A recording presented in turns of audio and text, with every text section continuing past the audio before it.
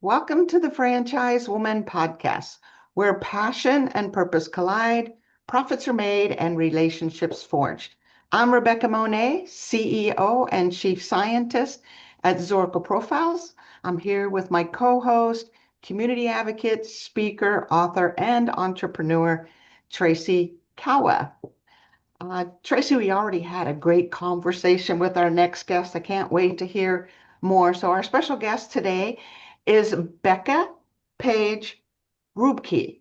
Becca is a franchise development expert with Stay in Your Lane, a growth consultancy that partners with companies to design and execute strategies for their next phase of expansion. Stay in Your Lane operates across four core verticals: executive strategic support, fractional leadership roles, project-based engagements, and education and training. The firm is known for helping franchisors scale with intention, providing fractional franchise development, guiding rebranding, and educating leadership teams on practical AI implementation. The goal is simple but ambitious. Do whatever it takes to transform strong brands into cult brands. Becca, we're so glad to have you here. Thanks for joining us. Thank you so much for having me today. Yeah, this is going to be such an interesting conversation. We're excited to have it. I understand that your background is in mortgages. So I'd like to hear a little bit about that. And I'm wondering about the moment that you knew that franchising was your lane. Yeah. So I spent about 5 years in the mortgage lending world, working with families, making that big change in their lives, really helping them navigate a process that is not very clear to people on the outside. When I went into that role, I said that my specialty was understanding federal guidelines. So if anybody, has the same joy, it's a lot. So from there, I have a very strong interest in real estate. I love watching people build their lives, make that next big move, talking to people who are always talking about their goals. And so from there, I started to learn about, we said on the pre-call that I spend a lot of time listening to podcasts. So I started to learn about, business development and things along those lines. And I came across the franchising world and found that it was such an amazing way for people to find their own space and to build something that they truly can just, start the system, run the system, and everything works from there. I love systems that work. That's kind of my jam. And so from where I was working in the mortgage space, I moved into a partnership role where I worked directly with franchisors, helping them build systems that would support their franchisees, that would help help. It was a marketing type of adjacent role, and help them build that system that's going to provide something for their franchisees. And then from there, I decided that I really wanted to get back into that, like talking to individual families about changing their lives. And so that's kind of what brought me to the Fran Dev space. It's fascinating. You got this. I almost want to use it as a word as passion of you like watching things be built, whether that's you know a, a a building or a business, or you like watching that growth and watching that build. But there's another part of you that wants to be an active participant in it. It's one thing to observe it, be fascinated by it, and it's so exciting. It's another thing to say, I want in. At some level, I want in. So I guess my question is, what was sort of the impetus, or what was the moment where you said, I got to do more? I got to do more than just provide lending for someone. I want to have a bigger impact. Was there a moment that happened? I'm not sure that it was a specific moment. It was more of a journey for me. It was a journey of learning all of the things that go into owning a business and to owning a franchise, and to how the relationships works between franchisees and franchisors. I started sort of devouring all content I could find, from both sides of the lane. And so I've kind of ended up on both sides, of that relationship now in my life.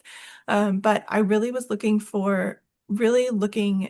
really learning into how how all of those pieces come together and how I could have an impact on them. At first, it really seems like a very large, like huge business, that's a thing, right? But really starting to get into the details and the systems and understand how each of those work and maybe how I could have an impact on those and how it was similar to what I was doing at the time. So like mortgage world, friend world, I was working on that mutual qualification process. Like you like us and we like you and you meet our qualifications. But also like, okay, I built this system and I'm doing this task and we need it to be more efficient. We need to be able to show everybody else and teach everybody else how to use it and how you replicate things across a franchise system. So starting to vision how I could translate what I was doing into the franchise space is really where I started to make that shift. What's really fascinating about this, and Rebecca can attest to this, is that about 90% of the people that we interview tell us that they just fell into franchising, right? Would you say 90%, Rebecca? Yeah, for sure. At least, right? If not high, if not a higher amount. And then here you are so young, making a conscientious decision saying, hey, I have this skill set. I love systematizing things and creating processes, and then just conscientiously applying that and saying, I'm going to go into franchising. It's amazing. Yeah. It really is. It really is. Would you describe yourself as someone that is, let's call it a thinker, someone that's good at self-reflection, someone that's good at putting puzzle pieces together to create the whole picture? Would you describe yourself like that? Absolutely. Yes, all of those things. I think some people will call that rumination in a not positive way. But I also, you mentioned puzzles, and that's like one of my favorite things to do. I actually will sit and do a puzzle. And it's one of the things that I say about myself significantly is I love puzzles. And it's not just like a literal jigsaw puzzle on my table, which I will do all day, every day. But also like putting things together. And I mean, that goes all the way back to my degree in college was basically a social studies degree. And it was the study of the connections between various fields of study. So putting together, I was at a religious school, so religious studies and political studies and sociological and pulling all. It was not studying any of those things. It was just studying how those things connect. And that's really always been an area of interest for me. That's Wow, so wow, cool. wow. I never Because heard of that. Yeah. think about it. It's like, how does the world all come together? The economy and politics and culture and all of these pieces, you see them as pieces of the puzzle, and you have a desire to understand how all these things kind of work together, which is probably why your attraction to puzzles, right? Where some people would look at it and all they're doing is trying to put blue to blue and green to green, right? You're going, how does this create a bigger uh, picture? How do you see that with what Stay in Your Lane is doing? Are you doing similar in that situation? Yes, absolutely. So what we do with Senior Lane is a very like consultative, bespoke process for every brand we work with. So because we work fractionally, we get to work with very specific, like we work with the brands we want to work with and where we feel we can have an impact. So my goal is not to work with, every single person out there. It's not to, pop in, put in, put in this standard system and then move out. My goal is to really get in there, understand what they are doing, understand how that team works, how their culture is built, how their systems are built, what makes the most sense for their specific brand and their franchisees and their headquarters team, and then build something that pulls all of those things together to help them grow. So very focused on impact, very focused on the results that those brands are getting, but building it in a way that feels like them. That sometimes it's a little bit hard to explain, but really every element comes down to fitting into like the life of that brand. That's so interesting because here you have the franchisee fitting into the franchisor brand, but they probably can't fit in every single way. Like, are there any mismatches? Do you ever notice any mismatches where they're not quite syncing up? And how do you align them? Yeah, so I think for me, I'm gonna look for the similarities. So I'm going to look for, okay, yes, these things are distinct, and we're going to name that. Like, we're not just going to like, oh, Okay. that's not part of what we do. Like, you Mhm. know, your franchisor works this way, and franchisee, like, this is how it works for you. This is what makes sense for you. So for instance, one of the brands I work with is Idolize, and we have a couple of different ways that Idolize Brows and Beauty, and we have a couple of different ways that we work with franchisees. We have, I think, 3 or 4 different types of franchisees that we're looking for, prospective franchisees. And the goals that those franchisees like each person has is totally different. And the way that they're going to work within the Idolize system is going to be totally different. So maybe you have someone who is more of an investor model, and they're going to work in the salon, but they're going to manage the business, manage the back end of it. And so that person needs more support on training and hiring estheticians and, you know, pulling their team together. Or maybe we're working with someone who has more background in the beauty space than another prospect. And so that person they're going to use the system and put their skill and put in their like ability to work with people and pull all that together and have more support on the business side of it. So where I see that is pulling together the pieces that need to connect. So specifically in that example, like showing the ways that the franchisor can support the franchisee, which might be different for every person. So it really just might be different per location, per franchisee. But I like to focus on the ways that we do connect, because that person is in the brand for a reason. Like there is a reason that that person is going to be a franchisee for us. So this becomes really franchisee focused and what their goals are. And then you're helping Idolize in this case build systems where they can support these individuals in the model that they've chosen that align with their goals. Can that get complex? I mean, if you got this person wanting to do this part-time, this one wanting to manage, this one wanting to be an investor, and basically they're then managing people, right? Does it get overly complex, or how do you streamline all of that? Yeah, so it can be very complex. And I would lean back on my system. So everybody goes through the same system. Everybody is looking for the same things.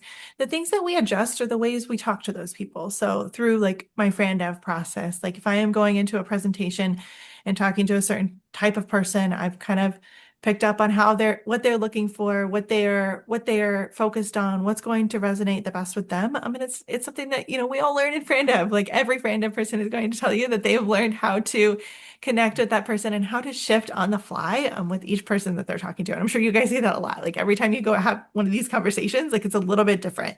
And the way you drive the conversation is a little bit different. And sometimes that's like you can't expect it going in. You have to shift as you go, and pick up and move and work with the people the way that they need to work with you.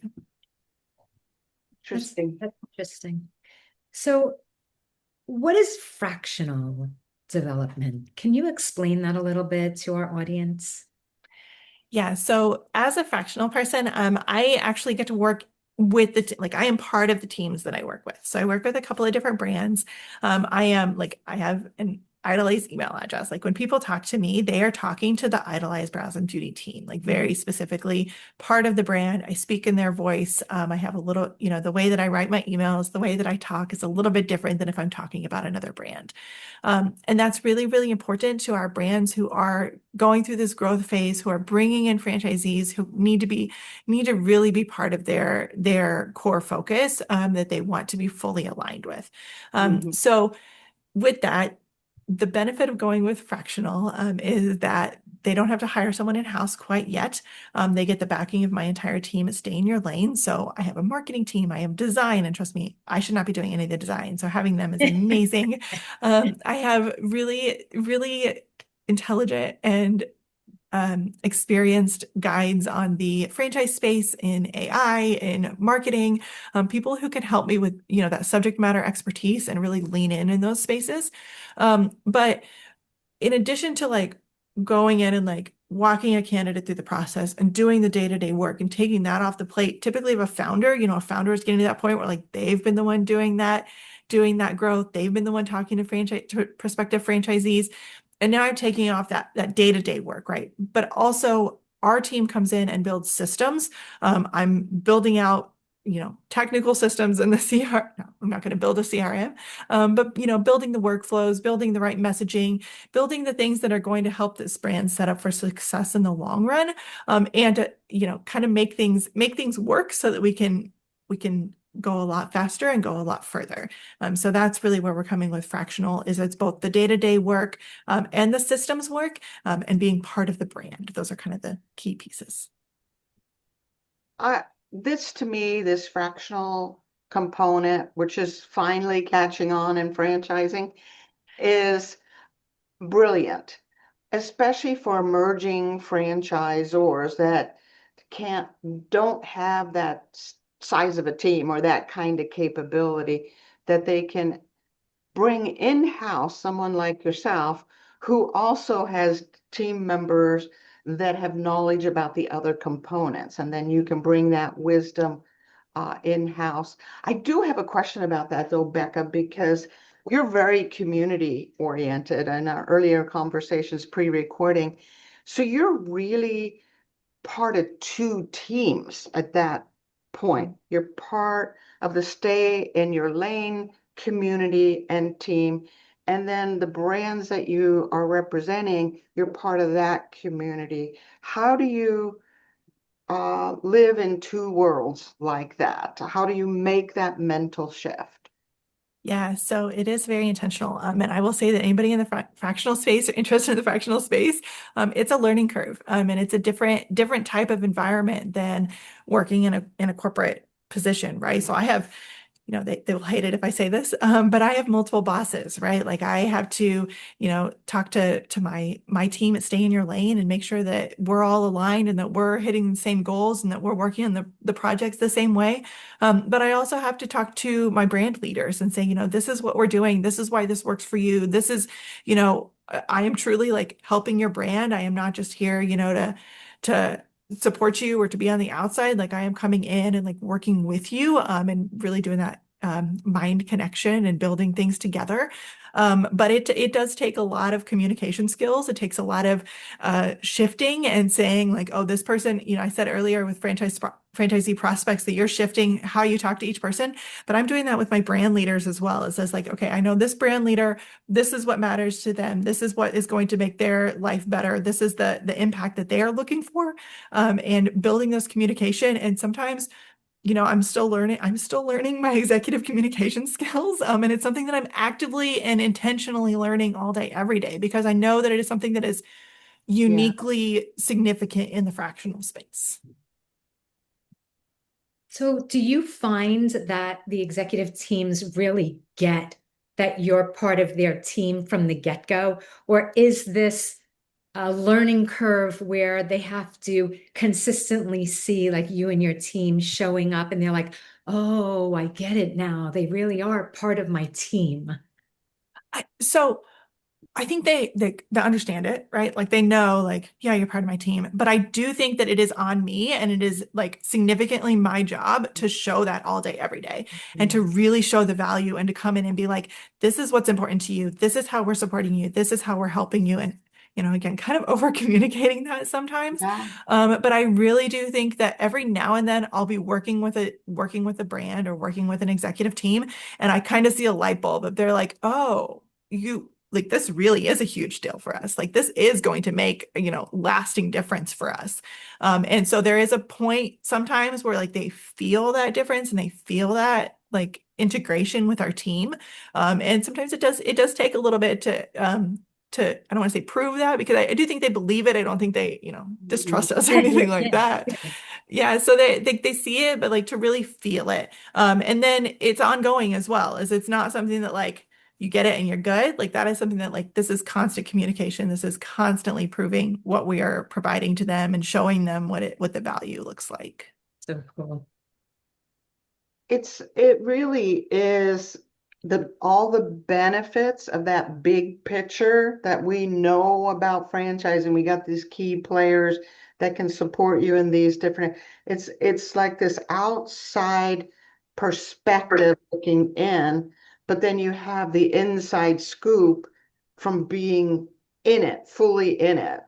So, which is unusual because consultants typically have kind of an outside view or advisor role or something of that nature. You have the benefit of both. But like you said, it requires more kind of back and forth, especially as we educate franchisors that this is a possibility, right? This is a possibility. We can both be an advisor role and a get it done role at the same time. So it's a beautiful kind of combination. I think it's going to really catch on more and more and more, especially for our emerging franchisors. So when you are inside and outside at the same time, what are some common kind of issues that consistently come up for franchisors that stay in your lane then helps with? What are you seeing are causing them to not grow the way you would like them or they would like to? Yeah, so I specifically come in the franchise development lane. So I'm going to talk very, very specifically to that. But Right. some of the things that we help with that I think are very important for the franchisors is not just like defining who they want to talk to and like what types of franchisees, what types of prospective candidates that they're looking for, how to target those candidates, but looking at that very holistically. So I know pretty much everybody kind of knows, maybe they have it written down, maybe they just kind of know like who they want in their brand, who their good franchisees are. Um, of their first like 5 or 10, like they know what works well, they know what traits and habits and work styles are going to connect well with them. So of course, first codifying that, and some people have done that. A lot of brands have that already. They already know who they're looking for. But tying that out into like where those people hang out, how do we get a hold of those people? How do we talk to those people? How do we build messaging that is going to relate to those people? How do we build the images? Like doing the full picture of like what that looks like. So like understanding, very on the ground, very specifically what types of franchisees work in that brand, but then also like tying it to the full picture of like how are we going to talk to those people? Where are we going to find them? Pulling together like the full strategy for franchise development. Yeah. So How do by you, the way, oh, I'm sorry, sorry. go ahead, No, Tracy. no, no, no, no. You go ahead, hon. Well, I think I forgot my question now. Welcome to our world, Becca. Oh, that's funny. So Yeah. I actually what I was thinking, number one, Zoracle helps with the profile of the ideal franchisee. And to your point, I think generically most franchisors do know, but to have that data more specifically, so you guys can do what you need to do. Like you said, the graphics, the messaging, where the heck do we even find these people? And the more clear they are on who that ideal franchisee is, and obviously ideal has a lot to do with performance. And then you guys translate it into where do we find them and how do we find them? And then how do we get them through a proper system where they can say, this is for me, this is the right business for me. I wonder if I could shift gears a little bit, Becca, because you said something that really moved me when in our pre-interview time. And when I asked you, how you see your future and what that looks like. It was heavy on the community piece. In fact, you described it as being part of, let's call it a kingdom. Can you tell us a little bit about your future and what you envision for yourself, where you can have an impact, where you can contribute, where you can be a part of something? Yeah. So I am looking for this in like every sense of my world, right? So I I love to build things. I love to build systems that work. I love to build communities. I love to know a lot about people. And so this is true in both at Stay in Your Lane, which works more on like a national scale, like working with brands across the country, franchisees across the country. I think franchising was one of the best suited industries for the pandemic because we were all already distributed. We are all already knew how to work remotely and across multiple locations. Mhm. So I like working within those brands and understanding how that works and going to a brand and saying, here's a system, here's what makes really good sense for you. And then down the road, seeing it working and seeing the success and seeing the happy franchisees and the happy corporate team. Similarly, and I feel the same in my local community. What I want to do and what I'm envisioning and what I'm building in my own life is something similar in my local community where, I'm building my own local franchise. I'm building connections across the world, across the community. I'm building connections with other business owners in downtown. And, I envision myself going to this point where I can say, all of these things are working. I'm involved in all of these things and connecting with people on this and connecting with people on this element and this person on this element. And really Mhm. not just like saying hi or seeing people across the street and waving, but like really having those connections with people that mean something to them. And it takes a long time to build. It takes a long time to build those kind of relationships. And it takes a lot of intentional effort. It's not just something that kind of happens, especially for me, because I would be very happy to just stay here in my little desk and not ever leave my house. But I think that that's something that I love, seeing all of those things work and seeing the impact of everything that we've built over years. Like it takes a very long time. I get that you have this image for what you want to do. I'm wondering, where do you see yourself? What does your company look like? What does your career look like? What PowerPoint are you Oh in, let's goodness. say, 10 years from now? Oh goodness. So unfortunately, I think it would be very, very multicolored. It would be multi-branded. So Oh, I really tend to move across ideas and across. It's kind of why fractional worked really well for me. It's kind of why I moved into this Yeah. space, because it works. I like to build something and see it work, and then build something and see it work, and really, really focus on that build phase, which doesn't necessarily lead toward a linear career path. mm, It leads toward a little bit more of a hub position, right? So like, moving in my position and like helping somebody with this and providing insight there, or solving a problem over here, or leaning into, another brand over here. I do think that my career, my business sense is going to stay in the franchise world, because that's where I want to be. But it's where I see that impact going and where I can have an impact on brands and their growth cycle. nice. It kind of goes back to your education where you could pull these big pieces together, you know, culture and economy and politics and human behavior, all of that, where you put this puzzle together. So you're not going to focus just on this edge of the puzzle. You want to be part of the entire puzzle of building, whatever building is, right? So you're going to put pieces in. Ultimately, your life is going to be uh, like a beautiful, colorful tapestry where you got your toe in everything, you know everyone, and you've built this huge community, but it's extremely colorful, right? It's not, some of those paintings, the paintings I'm seeing is the landscape paintings that are just black and gray and white. Yours are going to be just pops of color and excitement and different communities, and you see how they all come together. Here's what's fascinating to me, though. I would imagine you as being on the side of introvert, Mm, Yes. right? mhm. What you are envisioning, what Tracy has pulled out of you, I would almost think you would need this extrovert. So, how is it you're able to still take this introverted side of you and be able to build all of those connections? So I think I feel very strongly that there's power in introversion, maybe because I have to, because otherwise I would just kind of be scared of everything.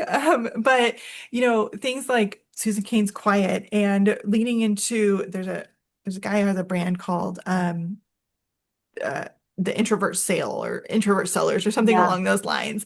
And so I've done a lot of like education and training on sales as well, because that matters in everything that we do, in the way we communicate, the way we present things. And I feel very strongly that the power of introversion in relationship, in sales, in communication, is that ability to go just a little bit deeper. It's not that surface level. It's really digging into people, kind of like we do with brands, but really digging in and going a little bit deeper with everything, so that all of those connections, all of those engagements, those communications, those relationships, are a little bit deeper than surface level. And that also makes them a little bit more lasting, hopefully. And building that Yeah. with a variety of people, a variety of brands, a variety of things that I've hopefully built, that I've helped build. Yeah, it's like you're quietly building bridges, right? Yeah, for sure. There's actual research on this, Becca, because we assess for sales skills, that an introvert is actually better at high ticket sales, things that require greater credibility, greater authority, greater transparency. Extroverts tend to do better in more of what we call competitive sale, where it's a one and done kind of thing. But something that requires a true interest in another person, I want to help you solve this puzzle, so to speak, that take a little bit longer. Introverts, slight introverts, tend to do better. There's all kinds of beautiful research, which goes counter what many have said over the years. Oh, you got to be an extrovert to sell. No, we did a research project. Sorry, I'm taking this whole thing over here, but we did some research on the top 40 franchise development people. And consistently, the ones that were super performers had a slight introversion. This is a business that's built on high trust, high credibility, Mm. high authority, transparency, and an introvert is beautiful at those kinds of things. They're perceived as more trustworthy, that they really do care about that person. So I think it's beautiful that you recognize yourself in that, and science proves it. That's fascinating. I didn't know that. Yeah, Yeah, that is it's fascinating. it's a fun piece of logic, especially since there's been a misunderstanding about that for years and years and years and years. So tell me about your family, your community, and how you've become active in that. Are you part of a church? Are you sitting on the PTA board? What are you doing more personally? Yeah, I can talk all day. So I come from a big family. I am from a small town in Kansas. I have 7 younger siblings. And so there are always lots of people, always lots of things going on. In my personal life, I have 2 kids. One's 11 and one's 4. And they are so different. It's hilarious, laughing about, how they interact with the world. And one is very much like me, and one is very much an extrovert. And it's kind of funny. But I have spent a lot of time, trying to lean into their specific interests, trying to do things that are going to build them in the ways that they want to be built. So they do totally different activities. I mentioned very briefly that I own a franchise. It's a youth esports franchise because I have an 11-year-old who loves to play video games, and I think that competition is good for kids in a carefully healthy environment, and building that positive, healthy environment, and building that place where I always said I was very, very shy, like in high school. I definitely was not like the social butterfly or like somebody who had a ton of friends. But finding your people and finding a place you belong is so important to me, and like building that and creating that. And I think that can be done, it can be done in a lot of different ways, but it also has to be done very carefully and very specifically. So that's what I love to do through the esports that I do, is I find a place for kids like my son, who has this shared interest, has this shared value, and we can have a place for them to come together and socialize. And I do that across the board. So I'm involved in a lot of like business type networking events in my small town. So like professionals groups, church groups, spend a lot of time hanging out with sisters because I have a lot of sisters. But all those types of things that are smaller group, smaller group activities, where we can really, again, really connect, really build those relationships that are going to matter. That is so beautiful. So if somebody wants to reach out to you, learn more about either your franchise or about Stay in the Lane, where can they find you? Yeah, so the best place is on LinkedIn. I don't think there are a ton of people with my married last name, but I can share my link directly to my profile as well. Awesome. And I know we have to wrap up. We're getting at the top of the hour, but this has been a fascinating conversation, Becca, because Tracy said it early on, how conscientious you are, that everything is really deliberate, and including the building of community and the importance that you put on community, whether it's locally, whether it's in franchising, whether it's with the company you're currently with. You place a super high value on building community. So you are a very conscientious individual, and you're not afraid to go outside of your comfort zone, which I know the older I get, the harder that is. Let me just put it that way. Yes. So, and then this desire you have to have an impact and to build. You use that word so many times. Build, build, build. And it's not necessarily for yourself. It's help others build. So I really applaud you. You're a fascinating woman. I'm looking forward to seeing this tapestry come together that I'm starting to see as I talk with you. It's going to be extremely colorful, so I can't wait to see it all. So thank you for joining us today, Becca. Thank you so much for having me. I really appreciated this. I love talking with both of you. I feel like I've heard you a lot of times, and it's fascinating to actually have this back and forth. Right. And thank you for listening to all of our podcasts. I think that we are going to make you the honorary president of the Franchise Woman Podcast Fan Club. Thanks. For sure. Any final thoughts on from you, Tracy? Or Tracy has a final thought. I figured Tracy had a final thought. So, you know, Rebecca said a few times that you work both inside and outside the organization. And my mind eventually, like it landed on a car door, right? Because think about it. Where is the car door, right? When you visualize it, half of it is on the inside of the car and half of it is on the outside of the car. But what most people don't know, because I had a car once where I couldn't roll up the window and the locks started to fail on the door, like the automatic locks. So I brought it in and I found out that there is something in the middle and it's called the actuator. Oh, Okay. that gave me chills. Me too, actually. I have chills right now. Becca, you are the actuator. You Oh, are that's the awesome. actuator that links that inside and that outside and makes it all work smoothly and communicates. And it's fascinating, really fascinating to hear what you do.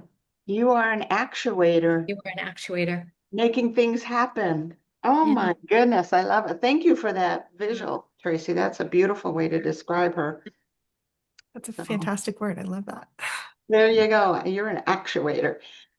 All right. Thank you for being here. And thank you to our listeners. Make sure to comment, share, like, and of course, subscribe to the Franchise Woman podcast, where passion and purpose collide, profits are made, and relationships forged. Thanks, Becca. Thank you.